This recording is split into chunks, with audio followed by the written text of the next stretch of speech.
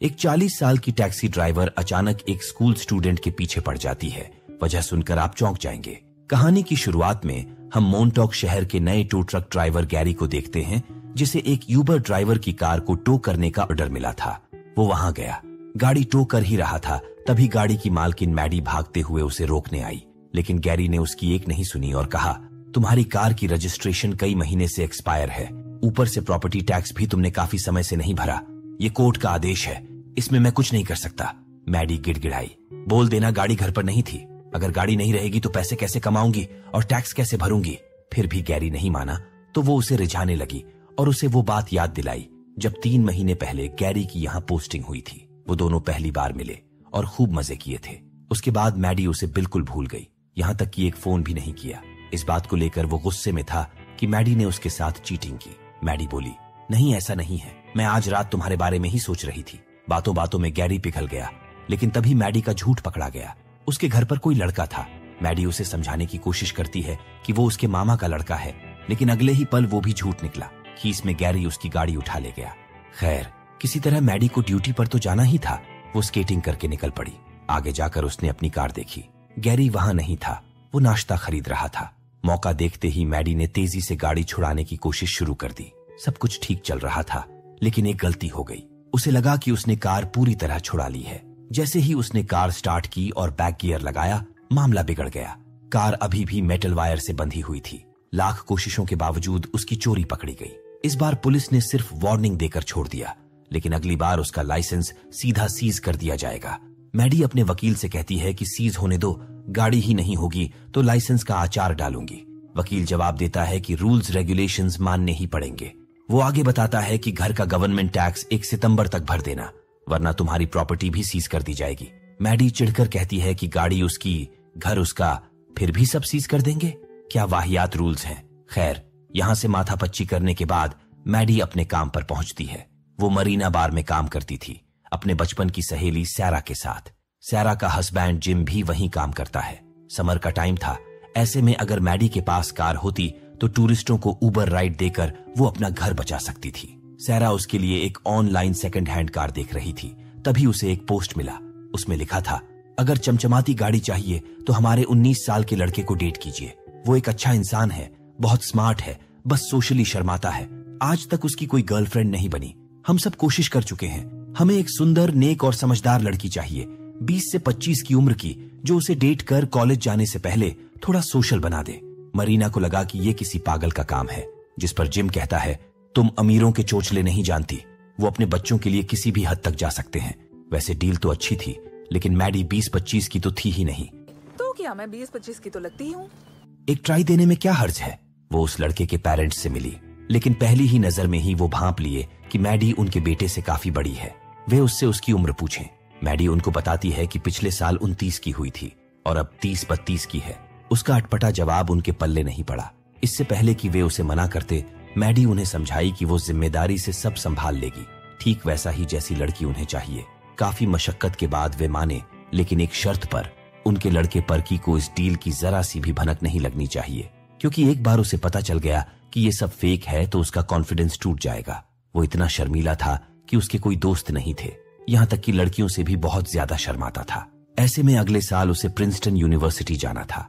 अगर यही हाल रहा तो वो वहां लड़कियों के बीच टिक नहीं पाएगा। मैडी उनकी पूरी बात समझ गई। पर्सी की दिनचर्या का डिटेल्स लेकर वो अगले दिन से उसके पीछे पड़ गई। पर्सी वॉलंटियर करता था एनिमल शेल्टर में सुबह 6 से 10। एक डॉग अडॉप्ट करने के बहाने वो उससे मिली, लेकिन सामने से बात करने बजाय वो उससे नजर चुराने लगा। अब मैडी का तो काम ही यही था, उसका शर्म भगाने का। वो अपने सारे पैतरे आजमाना शुरू की। फॉर्म फिलअप करने के बहाने उसे एकांत कमरे में ले गई। वहां भी उसने पर्सी का ध्यान अपनी ओर आकर्षित करने की कोशिश की, लेकिन वो तो बिल्कुल बुत बनकर फॉर्म भरने में लगा था। मैडी थोड़ा और करीब आने की कोशिश की तो वो फिर फोन देखने लगा। फिर बोला कि शेल्टर बंद करने का टाइम हो गया है, आप किसी और दिन आ जाना। लेकिन मैडी उसे इतनी आसानी से जाने तो नहीं देने वाली थी। वो उसे घर तक छोड़ने के लिए लिफ्ट ऑफर की ताकि डॉग एडॉप्शन की बाकी की बातें कार में हो जाएं। पर्सी उसके साथ जाने को मान तो गया, लेकिन उसकी खटारा गाड़ी देख मन बदल लिया। मैडी ने तेजी दिखाई और उसकी साइकिल जबरन अपनी गाड़ी के अंदर रख दी। आखिरकार पर्सी को उसके साथ जाना पड़ा। सब कुछ ठीक चल रहा था। लेकिन जैसे ही मैडी टर्न लेकर दूसरे लेन में गई, पर्सी डर गया क्योंकि ये रास्ता उसके घर का नहीं था। मैडी कहती है कि ये शॉर्टकट है। पर्सी को डाउट हुआ, पीछे देखा तो हलक सूख गई। हेल्प के लिए मैसेज टाइप किया तो मैडी ने उसका फोन ही छीन लिया और बोली, तुम्हारी जनरेशन की यही प्रॉब्लम है, सारा दिन फोन से चिपके रहते हैं। वहीं पर्सी को अब पक्का यकीन हो गया कि उसे किडनैप किया जा रहा है। इतने में मैडी उसे लेकर अपने घर पहुंच गई। तभी पर्सी पेपर स्प्रे मारकर उसके सारे अरमानों पर पानी फेर दिया। मैडी समझ ही नहीं सकी कि वो ऐसा क्यों कर रहा है। जिस पर पर्सी कहता है कि तुम मुझे किडनैप करने वाली थी, तुमने जबरन मुझे अपनी गाड़ी में बिठाया और फोन भी छीन लिया। मैडी कहती है कि तुम्हें किडनैप ही करना होता तो मैं तुम्हें अपना नाम और पहचान क्यों बताती। क्या तुम पानी ला सकते हो? लेकिन उसने तो उसे पूरा नहला ही दिया। खैर, इतना सब कुछ होने के बावजूद भी मैडी कहती है, मुझे तुम बहुत हॉट लगे। मैं तुम्हें हॉट लगा। कल डेट पर चले। अब पर्सी को विश्वास ही नहीं हुआ कि इतनी सुंदर लड़की उसके प्यार में कैसे गिर गई। खैर, कल मिलने का बोलकर वो घर चला गया। अगले दिन वे डेट पर मिले। बार में पर्सी को देख सभी हंसते जा रहे थे। पता चला कि उसने ड्रेस ही ऐसा पहना था। मैडी पूछी तो बोला कि गर्मी लग रही थी इसलिए। इतने में एक छोटी सी आवाज से उसकी हवा टाइट हो गई। अजीब डरपोक किस्म का लड़का था। उसने सॉफ्ट ड्रिंक ऑर्डर करके ये साबित भी कर दिया। वेटर बोली, यहाँ नहीं मिलेगा, कहीं और जाओ। 21 साल से कम के लोगों को यहाँ एंट्री नहीं मिलती। चूंकि वेटर मैडी की पहचान की थी, इसलिए ज्यादा कुछ दिक्कत नहीं हुआ। वे ड्रिंक पीना शुरू किए तो पर्सी के हलक से नीचे उतरा ही नहीं। मैडी उसे मनाकर जबरन पिलाती है और कहती है, तुम अगले साल प्रिंसटन जाने वाले हो, बच्चों जैसी हरकतें मत करो, बड़े बन जाओ। इतने में मैडी का एक्स बॉयफ्रेंड आ धमका। उसने उसकी सारी पोल खोल दी कि वो एक नंबर की भगौड़ी है। इस वाली को कस के पकड़ के रखना, फिसलती बहुत जल्दी है। Bye bye. एक पल में मैडी की ऐसी तैसी करके वो चला गया। खैर, पर्सी को उसके एक्स से कोई दिक्कत नहीं थी। वो साथ बीच पर घूमने गए जहां कोई नहीं था। वहीं बोर्ड पर लिखा था कि 8 बजे बीच बंद हो जाता है। लेकिन मैडी कहां मानने वाली थी। वो नहाने के लिए उतावला हो उठी, लेकिन पर्सी डर रहा था क्योंकि एक तो उसे तैरना नहीं आता और ना ही यहाँ पर लाइफ गार्ड थे। मैडी कहती है कि डूबोगे तो मैं तुम्हें बचा लूंगी, ज्यादा सोचो मत। पर्सी को शार्क और जेलीफिश से भी डर लग रहा था, फिर भी वो हिम्मत जुटाकर गया उसके साथ। लाइफ में पहली बार तो उसे ये सब एक्सपीरियंस करने का मौका मिला था। मैडी जैसे ही उसके करीब गई, कुछ लफंटूस वहां पर आ धमके। उन्होंने बड़ी उत्सुकता से पूछा, तुम दोनों वहाँ क्या कर रहे हो? होमवर्क कर रहे हैं। फिर क्या था, उन लफंटूसों ने उनके फोन चुरा लिए और तो और कपड़े भी ले जाने लगे। मैडी का दिमाग सटका तो वो उसी हालत में पानी से बाहर निकली और अकेले ही उन पर टूट पड़ी। तीनों को मार मार कर कचूमर निकाल दिया। आखिरकार वे उससे डरकर वहां से भाग गए। पर्सी को बड़ा आश्चर्य हुआ। उसे मैडी से ही डर लगने लगा, जिस पर मैडी उसे समझाती है कि वे उनका कपड़े, जूते, वैलेट सब कुछ चुरा कर ले जा रहे थे। ऐसे में हम क्या करते। खैर, बातों बातों में मैडी उसके करीब आने की कोशिश की तो वो पीछे हट गया और बोला, तुम्हारे साथ जरूर कुछ गड़बड़ है। ऐसा लगता है तुम मुझे खा जाओगी। मैं किसी ऐसे के साथ संबंध नहीं बना सकता जिसे मैं जानता तक नहीं। आखिरकार मैडी उससे फ्रस्ट्रेट होकर कपड़े उठाई और निकल गई। पर्सी उसके पीछे दौड़ा क्योंकि उसके कपड़े भी मैडी के पास थे। मैडी ने उसके कपड़े तो दे दिए, लेकिन फोन का कुछ अता पता नहीं था। अब पर्सी परेशान कि वो घर कैसे जाएगा। उसे डैड को फोन करना था। मैडी कहती है कि डैड को कॉल क्यों करना। क्यों, तुम बच्चे हो क्या? कुछ भी हो, पर्सी को अपना फोन चाहिए था, इसलिए वो उसकी कार की बोनट पर चढ़ गया। अब मैडी खीस में थी। गाड़ी रोकने के बजाय एक्सीलरेटर और दबा दी। दोनों के दोनों जिद पर अड़े हुए थे। एक स्पीड कम करने को तैयार नहीं, दूसरा फोन मांगने से बाज नहीं आ रहा था। इसी जिद बहस में वो स्पीड लिमिट क्रॉस कर गई। पुलिस वाले उसके पीछे पड़ गए। आज अगर मैडी पकड़ी गई तो उसका लाइसेंस सीज हो जाएगा, क्योंकि एक बार उसे वार्निंग मिल चुका था।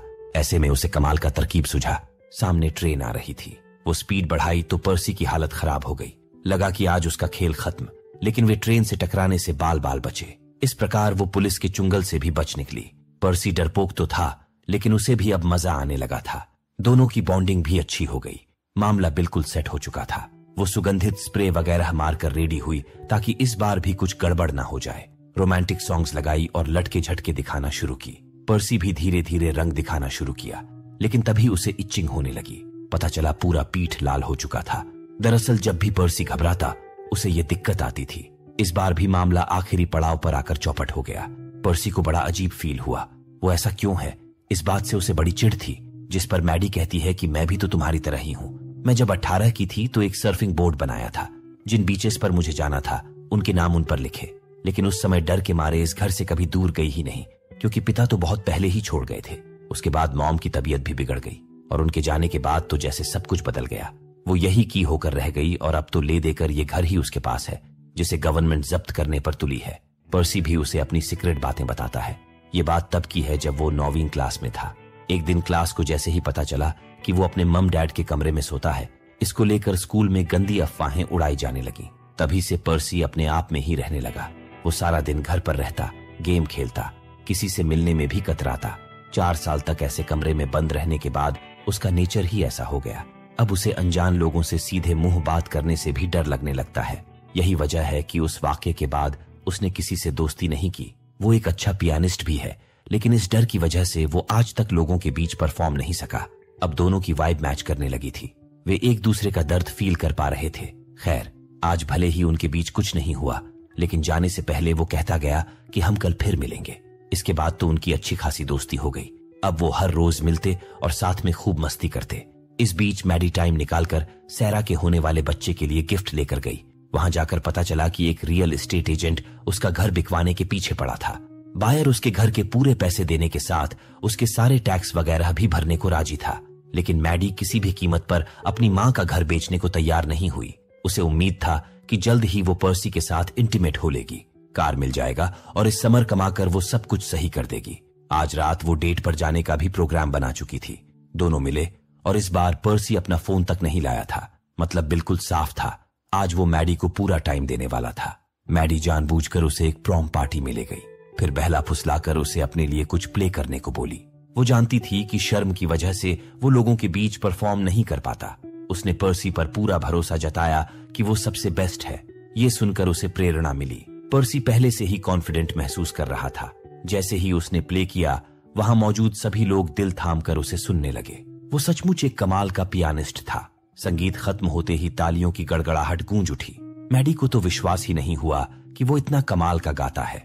पर्सी की एक क्लासमेट नेटली भी उससे काफी प्रभावित हुई। वो सीधे आकर उसे गले लगा लेती है और कहती है, पर्सी, तुम तो छा ही गए, अमेजिंग। वैसे नेटली को अपने डैड से पता चला था कि पर्सी भी प्रिंसटन जा रहा है।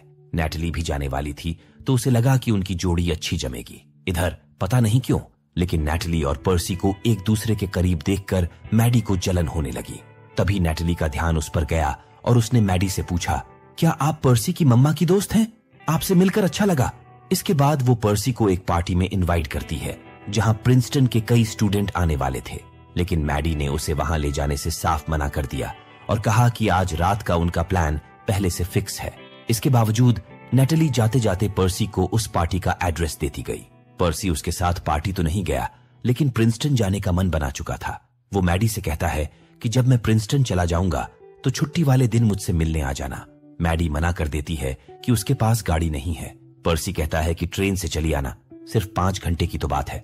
मैडी कहती है कि वो इतनी दूर कभी नहीं गई। तब पर्सी कहता है कि ठीक है, मैं लाइसेंस बनवा लेता हूँ, छुट्टी के दिन तुमसे मिलने आ जाया करूंगा। मैडी जवाब देती है कि नहीं, तुम्हें छुट्टियां तो कॉलेज में ही एंजॉय करनी चाहिए। पर्सी समझ नहीं पा रहा था कि अगर वो उससे मिलना नहीं चाहती तो फिर उसे डेट क्यों कर रही है।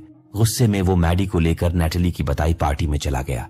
मैडी चाहकर भी उसे रोक नहीं सकी, तो वो भी पीछे पीछे पहुंच गई, लेकिन वहां जिसे देखो वही उसे घूरे जा रहा था। नौजवानों की पार्टी में किसी अधेड़ उम्र की औरत का होना किसी को हजम नहीं हो रहा था। देखते ही देखते कुछ लड़के उसके पीछे पड़ गए। किसी तरह उनसे पीछा छुड़ाकर वो भाग निकली। उसने कई लोगों से पूछा, तब जाकर पता चला कि पर्सी तो नेटली के साथ ऊपर मजे कर रहा है। फिर क्या था, वो ऊपर गई, दरवाजा खुलवाई, लेकिन जब उन दोनों ने दरवाजा नहीं खोला तो उसने 2 कदम पीछे हटकर दरवाजा तोड़ डाला। वो चिल्लाई, कुछ किया इसके साथ? Oh my God. नेटली ने बताया कि पर्सी ने कोई गोली ले ली है, नसें फूल गई हैं, पता नहीं उसे क्या हो रहा है। मैडी ने तुरंत उसे जबरन उल्टी करवाई। तब तक वो लड़का जिसने मैडी से पार्टी में आने पर सवाल किया था, अपने माँ बाप को ऊपर ले आया। बवाल मच गया। लड़के के पिता चिल्लाए कि बच्चों की पार्टी में तुम क्या कर रही हो, कौन हो तुम? फिर उन्होंने जबरदस्ती मैडी को बाहर निकालने की कोशिश की। तभी पर्सी ने उन्हें एक घूंसा जड़ दिया, लेकिन गलती से चोट मैडी की गर्दन पर लग गई। इतना बवाल होने के बाद वे वहां से निकल आए। पर्सी उससे माफी मांगता है और कहता है कि मैं तुम्हें गलती से भी चोट नहीं पहुंचा सकता, मैं तुमसे प्यार करने लगा हूं। अब वो पूरी तरह उसके साथ इंटीमेट होने के लिए तैयार था, लेकिन मैडी को एहसास हुआ कि ये सही नहीं है। एक तो पर्सी का पहली बार था और वो नशे में धुत था। मैडी चाहती थी कि ये पल पर्सी के लिए यादगार बने, इसलिए उसने मामला टाल दिया। अब पर्सी के पेरेंट्स को उसमें साफ बदलाव नजर आने लगा था और वो इससे खुश थे। तभी पर्सी उन्हें अपनी गर्लफ्रेंड के बारे में बताता है और कहता है कि मैडी को लॉन्ग डिस्टेंस पसंद नहीं, इसलिए उसने प्रिंसटन जाने का फैसला बदल दिया है। ये सुनकर उसके पेरेंट्स परेशान हो गए। जिस वजह से उन्होंने मैडी को हायर किया था वो उल्टा उन पर भारी पड़ गया। उसी वक्त वो मैडी को कॉल करते हैं और बताते हैं कि उसने अच्छा काम किया है, इसलिए वे कल ही टेस्ला उसके नाम करने वाले हैं। लेकिन उससे पहले उसे किसी भी तरह पर्सी को प्रिंसटन जाने के लिए मनाना होगा। दुर्भाग्य से उनकी यह कॉल बीच में ही पर्सी ने टेस्ला में बैठकर रिसीव कर ली और सब सुन लिया। जो कुछ भी हुआ था सब झूठ निकला। उसकी आंखों से आंसू निकल आए। अगले दिन मैडी उसके घर आई ताकि कार की लिखा पढ़ी हो सके, लेकिन उस वक्त पर्सी घर पर ही था। वो सब कुछ जानकर भी अनजान बनने का नाटक कर रहा था। फिर जो गाड़ी उसके डैड मैडी को देने वाले थे उस पर उसने खूब भड़ास निकाली और उसे तहस नहस करके वापस लौट आया। वो गुस्से में था। उसके पेरेंट्स को लगने लगा कि शायद उसे सच्चाई पता चल गई है। मैडी उसकी खबर लेने गई और पूछा कि क्या बात है। पर्सी कहता है कि तुम मुझसे कुछ छिपा रही हो, अगर हाँ तो अभी बता दो। लेकिन मैडी उसका दिल तोड़ना नहीं चाहती थी। पर्सी उतावला होता जा रहा था। आखिरकार मैडी ने उसकी ख्वाहिश पूरी कर दी, लेकिन पिक्चर शुरू होने से पहले ही खत्म हो गई। तभी पर्सी बता देता है कि उसे सब कुछ पता है। जो गाड़ी मैडी को मिलने वाली थी उसने सारा गुस्सा उसी पर उतारा है। वो पछता रहा था कि उसने कैसे सोच लिया कि मैडी सचमुच उससे प्यार करती है। मैडी इसके लिए उससे माफी मांगी और बताया कि वो उसे पसंद करती है। तभी तो उसने उससे वो बातें शेयर की जिन्हें उसने आज तक किसी और को नहीं बताया। सच ये था कि उसका इरादा कभी भी पर्सी को पर्सनली हर्ट करने का नहीं था। उसे बस किसी तरह अपना घर बचाना था। खैर, इस तरह दोनों अलग हो गए। मैडी की कार उसे मिल गई। पर्सी भी प्रिंसटन जाने के लिए मान गया, सिर्फ एक शर्त पर कि आज के बाद उसके पेरेंट्स उसकी लाइफ में दखल नहीं देंगे। वो जीते या हारे अब सब कुछ अपने दम पर करेगा। उधर मैडी ने इस समर $22,000 कमाने का गोल सेट किया। उसने ट्रिपल शिफ्ट में काम किया, खूब मेहनत की और समर के अंत तक उसने अपना गोल अचीव कर लिया। टैक्स और लोन चुकाकर अपना घर भी बचा लिया। इसी खुशी में उसने इस साल का थैंक्सगिविंग अपने घर पर रखा। लेकिन जिम और सैरा इसमें शामिल नहीं होने वाले थे। सैरा ने बताया कि जिम के डैड का घर इतना बड़ा नहीं है कि बच्चे के जन्म के बाद वे सब वहां रह सकें, और इतना पैसा भी नहीं है कि वे यहाँ अपना घर खरीद लें। इसलिए उन्होंने फ्लोरिडा जाने का फैसला कर लिया है। मैडी भी वहां रहकर खुश नहीं थी। वो खुद को दिलासा देते देते थक चुकी थी। उसने एक टूरिस्ट को डेट भी किया, लेकिन पर्सी के बारे में सोचकर उसका मूड और खराब हो गया।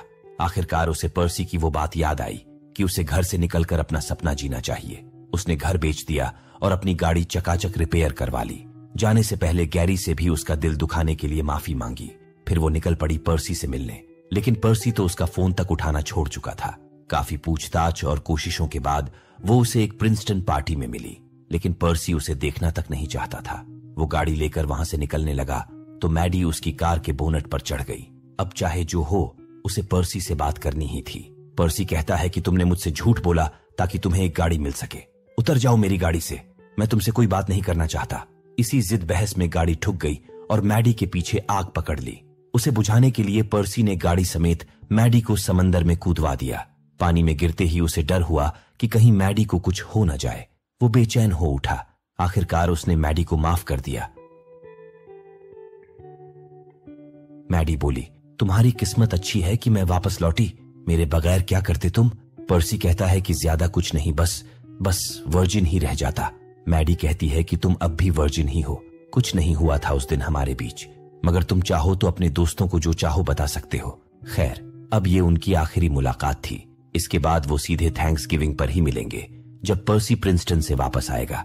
मैडी कहती है कि उस वक्त मैं यहाँ नहीं होंगी, मैंने अपना घर बेच दिया है और अब मैं अपने सपने को जीने जा रही हूँ, जैसा तुमने कहा था। पर्सी को चिंता होने लगती है कि वो अकेले सब कुछ कैसे कर पाएगी, लेकिन यही डर मैडी को भी है कि उसके बिना पर्सी कैसे सब कुछ संभालेगा। आखिर में दोनों एक दूसरे से कहते हैं कि वे खुद को संभाल लेंगे। मैडी जाते जाते सैरा को एक सरप्राइज भी दे जाती है। दरअसल उसने अपना घर जिम को बेच दिया था, वो भी बहुत कम पैसे में। तो दोस्तों, ये थी कहानी नो हार्ड फीलिंग्स मूवी की। उम्मीद है आपको ये कहानी पसंद आई होगी।